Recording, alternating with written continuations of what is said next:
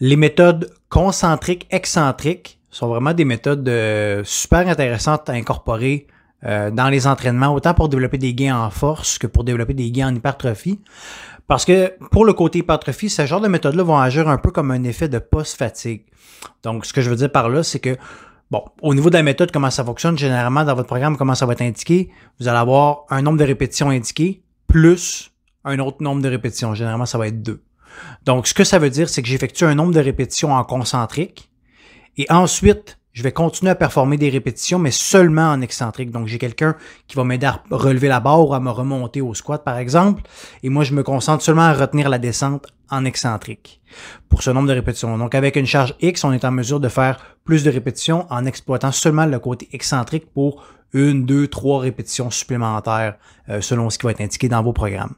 Donc, pourquoi au niveau du côté hypertrophie, justement, comme je dis, ça agit comme un effet de post-fatigue, c'est que là, par exemple, si vous avez par exemple un 6 plus 2 à effectuer, donc vous avez la charge pour votre 6 RM maximal, là, qui est 83% de votre 1 RM.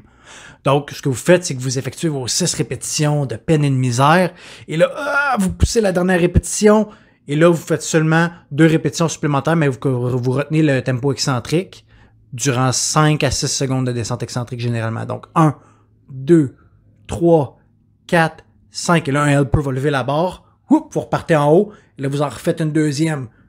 Donc, ce qui est important, c'est de vous assurer d'être capable de soutenir le tempo indiqué. Donc, si vous y arrivez pas, ben, la série va arrêter. Donc, pour le côté, comme je disais, hypertrophie, ce qui est intéressant avec ça, c'est que ça nous permet de dépasser le seuil de fatigue normal, de pousser l'échec musculaire à un autre niveau. Et pour le côté force, qu'est-ce qui est intéressant avec cette méthode-là, c'est que ça nous permet de faire plus de répétitions avec une certaine intensité, donc de briser un plateau entre parenthèses. Et cet effet d'intensité-là qui est continué va se transférer en fait par la suite sur vos répétitions concentriques. Mais là, au lieu de faire 6 répétitions avec une charge X, ben, vous allez être capable d'en faire 7, éventuellement peut-être même 8. Donc là, votre 1RM vient d'augmenter, vous êtes théoriquement beaucoup plus fort parce que là, votre 6RM s'est rendu un 7RM, un 8RM, etc. Donc, c'est vraiment une méthode qui est super intéressante. On va la rentrer généralement sur un exercice dans la session parce que c'est quand même assez complexe et on va essayer de le mettre généralement sur les exercices principaux lorsque c'est en hypertrophie.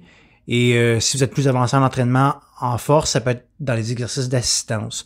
Mais c'est une autre excellente méthode à incorporer dans les programmes pour initier les gens au tempo excentrique prolongé ou les initier en fait plutôt au supramaximal où ce que là on dépasse notre intensité normale, notre intensité maximale en skippant la partie concentrique avec un helper. Donc ça peut être un bon pont entre les méthodes sous maximal excentrique et les méthodes supramaximal excentrique.